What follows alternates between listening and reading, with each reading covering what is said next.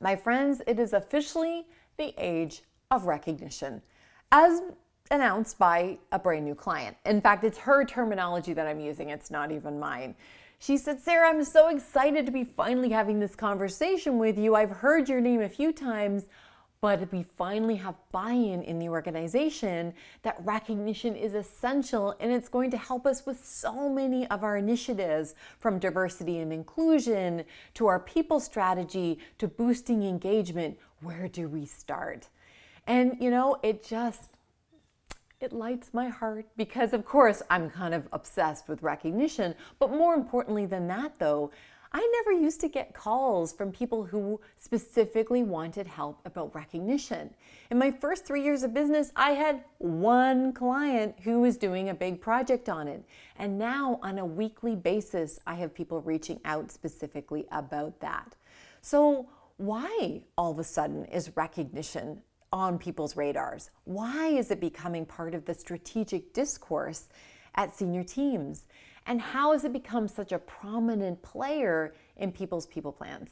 Well, I have a few ideas. Number one, we've been throwing a lot of Band-Aid solutions around. And not only that, we've been blaming things that are not the cause of our talent shortage. Number one is we keep saying there's an intergenerational issue, and finally folks are realizing we have an intergenerational valuing issue. And other initiatives that really are important that we have been struggling to address, like bullying and disruptive behavior, folks have keep throwing the same solutions at it, and it is exhausting to come from that negative deficit problem-based place. Folks are finally ready for solutions. And the amazing opportunity that focusing on recognition has is it allows us to focus on the entire organization rather than pockets of issues. Similarly, it beautifully dovetails and supports other strategic initiatives like diversity and inclusion. Think about that for a second. If you value and you appreciate people, it stands to reason you will value and appreciate differences in people too, right? So, what can we do about this? How can we move things forward if in fact you are coming into an age of recognition? Well, not surprisingly, I have a few ideas about that. Number one, study your data. You probably have been collecting data directly on this that will help you tremendously in building the case for it, and we usually haven't put the case together and two and two. In other words, what do we need to look at? We need to look at your turnover and attrition. We need to look at your safety data, customer satisfaction, and of course, your employee pulse survey. Where are there pockets of issues, and how might recognition be part of that equation? The next layer to that is look at your qualitative data, your exit interviews, your comments on your engagement surveys, what happens that comes up in your team meetings, as well as perhaps even your annual meetings that happen as a leadership team.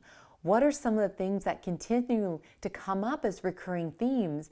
And ask yourself, does a lot of these things have to do with if people feel valued and appreciated around here? The next step is once you see how vast your opportunity is and you've connected it to the evidence for why this is needed, now connect it to the business drivers. So what are your key performance indicators, your KPIs? And even if you don't use those KPI terminology, it could be quality improvement plans. It could be, what are your indicators of success is what I'm saying. And how can you anchor recognition efforts to drive specific business initiatives?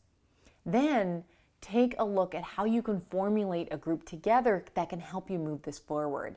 I actually have another post that shares with you how you can create that working group or that brain trust of folks who really are passionate about recognition to move this forward. And then, of course, you need to have a plan. This can't just sit out there as somebody's pet project for it to really gain momentum. Make it start that way. For it to really gain momentum, we need to anchor it into some strategic objectives and or your people plan. I know organizations now that their number one priority when it comes to people this year is complimenting and appreciating each other. Man, they are going to see breakthrough results on things that they have found so challenging to be able to impact. Finally, make sure people know this is your focus. We call that socializing. Socialize this concept around recognition and give them the tools and resources to do that. In fact, a great way to do that very quickly is encourage peer-to-peer recognition, and we'll make sure that you have access to a link on that, because peer-to-peer recognition, as well as leader-driven recognition and also grassroots recognition efforts, encourage people to come up with their own way that they feel that it could happen so that it spreads exponentially through your teams in your organizations. What are some of the other pieces that you have found are essential in creating culture change, particularly when it comes to talent culture changes? I'd love for you to share that. And also, if you were on this path, or you want your organization to be on this path, why don't you share this video? Continue to cultivate a like community of people, because my friends, it is the age of recognition, and the age is here.